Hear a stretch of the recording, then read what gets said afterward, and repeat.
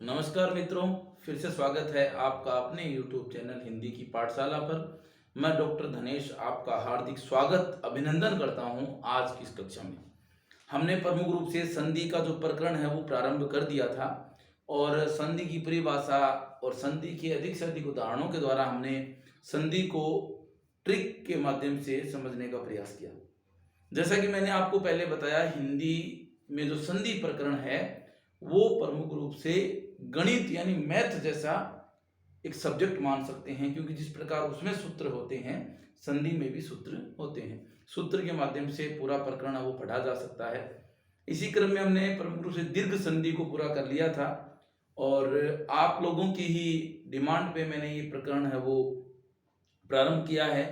तो यदि आप इस वीडियो को पसंद करते हैं, ये प्रकरण आपको पढ़ा हुआ पसंद आता है, तो प्लीज़ आप लाइक और शेयर भी करें।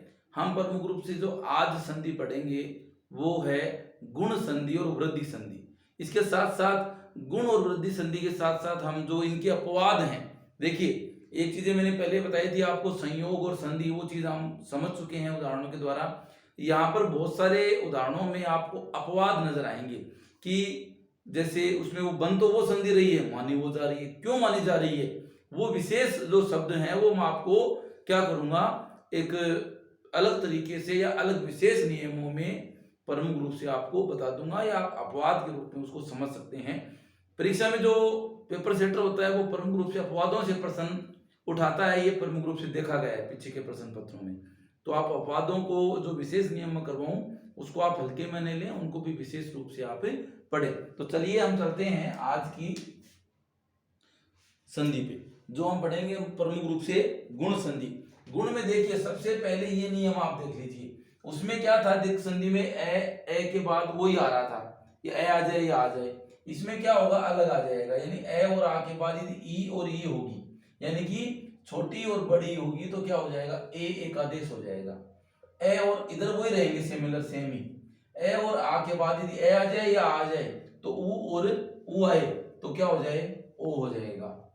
ए और आ के बाद यदि री आए तो क्या हो जाएगा, अर हो जाएगा। देखिए जैसे मैंने प्रमुख रूप से अलग एक एक शब्द लिखे हैं ताकि इनको हम अच्छे से समझ सकेंगे। देखिए सुर जोड़ इंद्र, ठीक है। देखिए इसमें क्या है, रे में है, यहाँ पे क्या है, ई। ये देखिए नियम है, यहाँ पे ए आ रहा है, यहाँ पे ए आ रहा है, तो क्या है, ए करना है, ठीक है। तो हमने क्या कर दिया, इसका ए कर दिया। अब देखिए सु रे से ए निकाल दिया था तो ए कर देंगे मात्रा, और ये लो सुरेंद्र शब्द वो बन जाएगा। इसी प्रकार देखिए महा जोड़ उदय, इसमें क्या है, आ है, ये अपनी शर्त है कि ए भी आ सकता है, रा भी आ सकता है। इसमें क्या है, ऊ है, तो दोनों में क्या हो जाएगा, ये देखिए ओ हो जाएगा, ठीक है। ये देखिए मैं है, इसमें आ निकाल लिया था, इसी का तो हो रहा है, और ये ओ की मात्रा लगा दी और महोदय शब्द वो बन जाएगा। इसके बाद देखिए देवर्षि, देव जोड़, ये देखिए देव जोड़ ऋषि, ये देखिए इसमें ए है, अपनी शर्त थी कि ए वो आना चाहिए। इसके बाद री है, ये देखो री आ गया, दोनों का क्या बनता है, अर बनता है। देखिए दे, फिर वह आ गया, वह में यहां से ए निकाला था और ए हमने यहाँ पे लगा दिया। इसके बाद ये जो रह है, ये देखो ये अर के आगे ये हमने देखिए यहाँ पर आधा ही हो रहा है, इसलिए क्या करेंगे, हम यहाँ ऐसे लगा देंगे और सी ऐसे कैसे हम लोग लगा देंगे, शब्द बन जाएगा देवर्षि। इस प्रकार से आप इसको समझने का प्रयास करें। जब आप संधि पढ़ोगे और आप समझोगे तो निश्चित रूप से आपके दिमाग में बैठेगी और आप प्रमुख रूप से प्रश्न को सही करोगे, गलत नहीं करोगे। उसके उदाहरण देखें, ये इसी के नियम के अकॉर्डिंग होंगे। जैसे मान के चलो एक शब्द है गणेश, तो क्या हो जाएगा, गण जोड़ ईश। ईश का मतलब होता है देवता, गण ईश का मतलब होता है देवता, गण यानी गणों यानी देवताओं का, तो देवता या गणों का जो ईश होता है वो प्रमुख रूप से क्या होता है, गणेश जी होता है। देखो अणय में क्या है, यहाँ पर ये बड़ी ई है, तो क्या हो रहा है, देखो ई। आप पहचान के लिए देखो क्या करोगे, जहां पर गुण संधि होगी ना वहां पे ये मात्राएं हो जाएगी। देखो इसमें ओ की मात्रा, ओ की मात्रा, ओ की मात्रा, ओ की मात्रा, फिर यहाँ पर अर है, देखो यहाँ पे अर है, यहाँ पर एक की मात्रा देखो, इस पर एक की मात्रा, ये मात्राएं ध्यान लगे यहाँ प्रमुख रूप से, वहां पर गुण संधि ही माननी चाहिए। कमलेश में देखो, इसका क्या हो जाएगा, कमल जोड़ ईस और कमला जोड़ ईस भी प्रमुख रूप से हो जाएगा, और प्रमुख रूप से आप कमला जोड़ ईस ही इसका करें। रमा जोड़ ईस, आप प्रमुख रूप से नियम को समझ चुके हैं कि आपको कैसे क्या करना है। देखो इस यहाँ पे आ रहा है, यहाँ पे आ रहा है। उमा जोड़ इस, राका जोड़ इस, राका यानी रात्रि, और रात्रि का देवता यानी कि चंद्रमा। नागेश, नाग जोड़ इस, नागों का देवता। देखिए इसमें देखिए यहां पर जलोर्मी, जल जोड़ उर्मी, देखो जल जोड़ उर्मी, ये नियम देखो, ऊ आ रहा है, ए है तो क्या हो गया, ओ हो गया। शीत जोड़ उष्ण, देखो ऊ आ रहा है, ए आ रहा है। गंगोदक, गंगा जोड़ उदक, ये देखिए आ रहा है, ऊ आ रहा है, ओ हो जाएगा। पूर्णोपमा, पूर्णा जोड़ उपमा, पूर्ण जोड़ उपमा नहीं होगा, इसका पूर्णा जोड़ उपमा होगा, आप ध्यान रखेंगे। आ है, ऊ है, ओ हो गया। महर्षि में महाजोड़ ऋषि, देवर्षि में देव जोड़ ऋषि। दोनों ए और आ के दोनों में नियम बता दिए हैं, इसमें री आ रहा है तो प्रमुख रूप से क्या हो जाएगा, ये आपका मान लिया जाएगा। और ये देखो ए जो है वो इसमें मिल जाएगा है में, और ये जो रे है आधा वो यहाँ पर देखो ये लगा हुआ है, इस प्रकार से शब्द वो बन जाएंगे। हमने प्रमुख रूप से सरल और हार्ड सभी उदाहरणों को लेने का प्रयास किया है, फिर भी आपके जहन में कोई ऐसा हो उदाहरण तो आप मुझे कमेंट बॉक्स में पूछेंगे। इसमें देखो वृद्धि संधि में, वृद्धि संधि प्रमुख रूप से इंपोर्टेंट संधि है, और जो कई बार है वो, क्योंकि ये देखिए वृद्धि यानी बड़े यानी बढ़ोतरी की ओर चल रहे हैं। अब देखो यहाँ पर क्या मात्राएं थी, देखो ए की, ओ की, अर की। यहाँ पे क्या होगा, देखो ऐ की और औ की, ये देखो दो दो होगी ना ऊपर डंडियां, इधर भी दो है, इधर भी दो है, यहाँ पे एक है और यहाँ पे भी एक है, इस पर ओ है और ए है, ये मात्राएं लगी है, वहां पर प्रमुख से आपको वृद्धि संधि वो करनी है। देखो ए और आ के बाद ए और ए हो तो क्या हो, ए और आई हो तो आई हो जाता है, ए और आ के बाद ओ और औ हो तो औ हो जाता है, यानी बड़ा होता है, बस ये ध्यान रखना आपको। यानी कि दो डंडियां ऊपर लगी हो, चाहे ओ हो यानी औ हो या आई हो, वहां पर प्रमुख रूप से आपको वृद्धि संधि है वो करनी है। इसमें देखें एक जोड़ एक, एक जोड़ एक, इसमें देखो ए आ रहा है, ये देखो, और इसमें ए है तो क्या करेंगे, आई करेंगे। देखो ए हो गया, क हो गया, इसमें ए है, इसमें क्या है, ए है, और ये दो मात्रा लगा दे और एक एक शब्द बन गया। इसके बाद देखो परम जोड़ ओजस्वी, परम जोड़ ओजस्वी, इसमें देखो ए है, इसमें क्या है, ओ है, और दोनों के मिलाकर के औ की मात्रा कर देंगे और शब्द बन जाएगा परम ओजस्वी। इसमें देखो लोकेशना, लोक जोड़ एषणा, लोक प्लस एषणा, ये देखो ए है और ए है, ये देखो दो मात्राएं लगी हुई ऊपर। हित जोड़ क्या होगा, एसी, यानी हितैषी शब्द है वो बन जाएगा प्रमुख रूप से, आप देखोगे तो। एसी का मतलब होता है रखने वाला, हित की इच्छा रखने वाला। जलोद, जल जोड़ ओद, ओद का मतलब क्या होता है, भंडार, जो भंडार होता है वो प्रमुख रूप से ओद होता है। उसके बाद देखो गंगा जोड़ ओद हो जाएगा, ज्ञान जोड़ औषधि हो जाएगा, ओ की मात्रा है ना यहाँ पर प्रमुख रूप से, इसलिए औषधि आएगा यहाँ पर, ये देखिए ज्ञान जोड़ औषधि।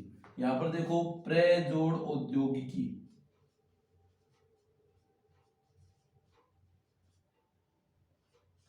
ये आ जाएगा। देखो औ आ रहा है, ए आ रहा है तो क्या हो जाएगा, औ हो जाएगा। देखो महिरावत प्रमुख रूप से इंपोर्टेंट शब्द है, महाजोड़ एरावत, महाजोड़ एरावत, ठीक है।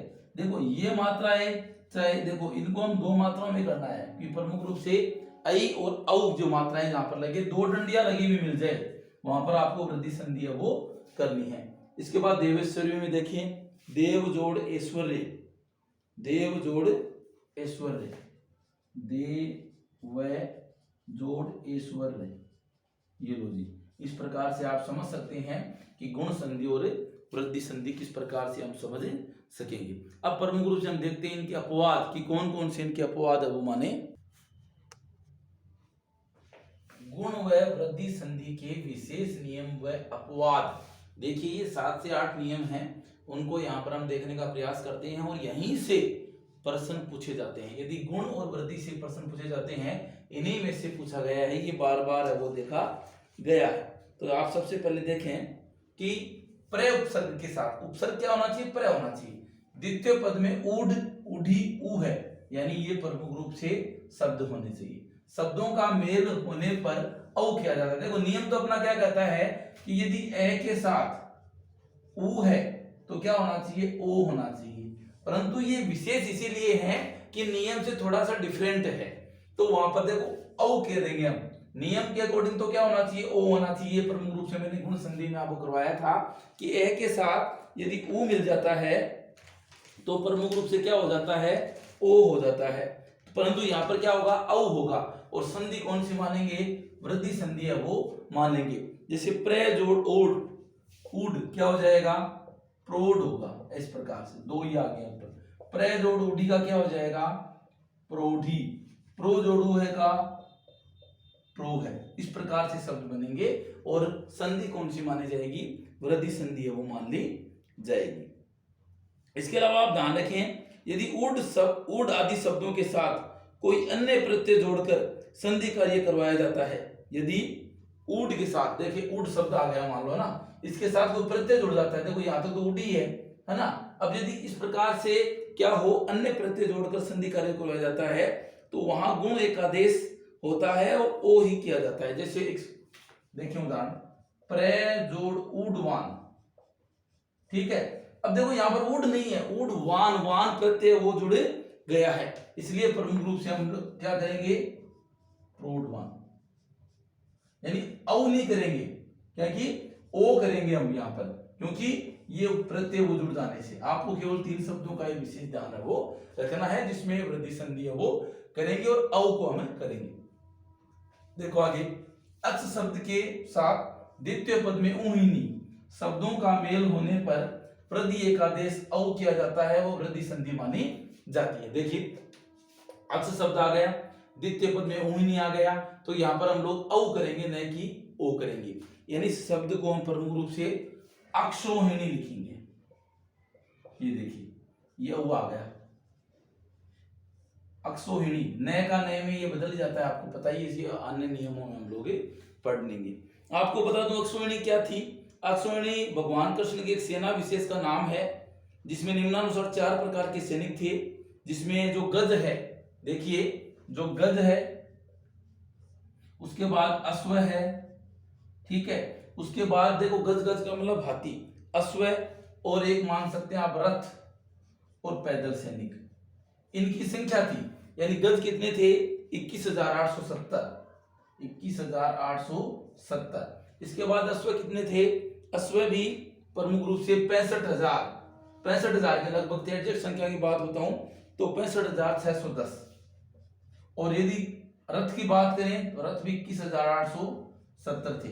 इसके अलावा पैदल सैनिक की बात करें तो 1,09,350, 1,09,350 ये प्रमुख रूप से थे। इतनी सेना जो थी वो प्रमुख रूप से कौन थी, अक्षोहिणी सेना, जो प्रमुख रूप से कृष्ण की सेना है वो मानी जा सकती है। यदि इन सबको हम काउंट करें तो 2,18,700, 2,18,700 टोटल सैनिक थे जो अक्षोहिणी सेना के नाम से जाने जाते हैं। अपने को यहाँ पे वो चीजें तो कॉमन सेंस की बात आपको पता होना चाहिए, परंतु ये चीज ध्यान रखनी है, वही जुड़ते ही औ हो जाता है और वृद्धि संधि मान ली जाए।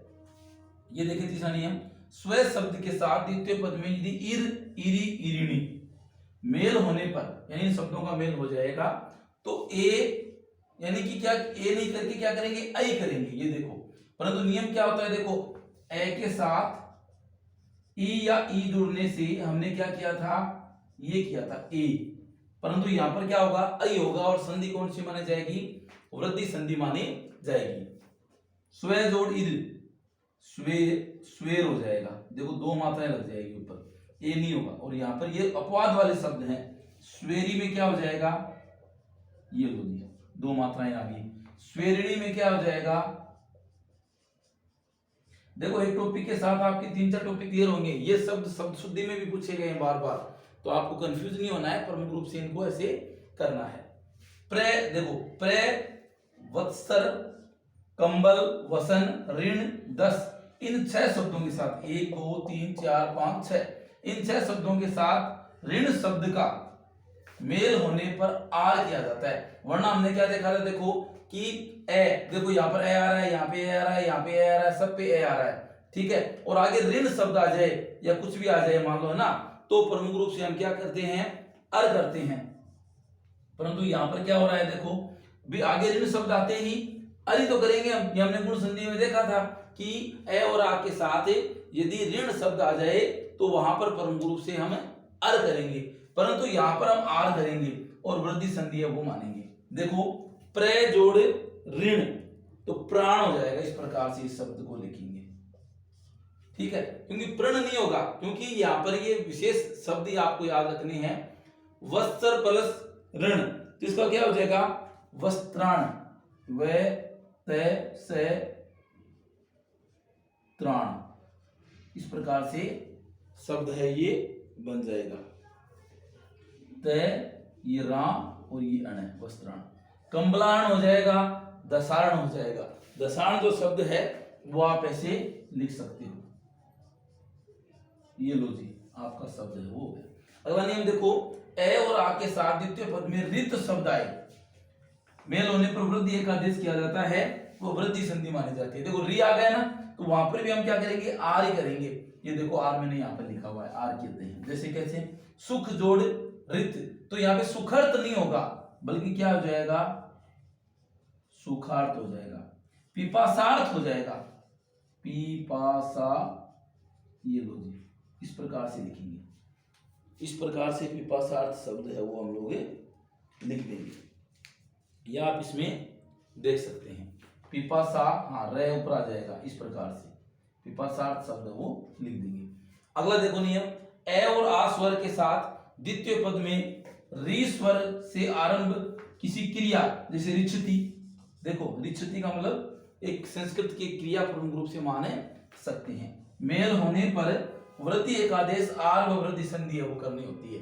वरना नियम के अकॉर्डिंग तो क्या होता है, अर होता है, परंतु इन शब्दों में कोई क्रिया शब्द जुड़ा हुआ हो री से, तो ये क्या करेंगे हम लोग, आपको आर करना होगा और वृद्धि संधि ही माननी होगी।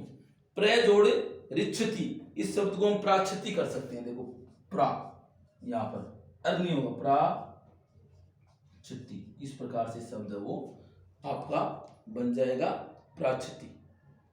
इसके बाद देखो यहाँ पर लगाएंगे आप रहे, क्योंकि ये छोटा नहीं है। यहाँ पर क्या है, उपार्थति, उ पा, फिर उसके बाद आप उपार्थति शब्द है वो लिख सकते हैं। ये लो जी आपका उपार्थति हो गया शब्द, इस प्रकार उपार्थति लिखें। ये प्रमुख रूप से परीक्षा में पूछे गए शब्द हैं। एक दो नियम है उनको भी हम पढ़ने का प्रयास करते हैं। अगला नियम देखिए, इंपॉर्टेंट है, दोनों ही नियम परीक्षा में बार बार यहाँ से पूछे गए हैं।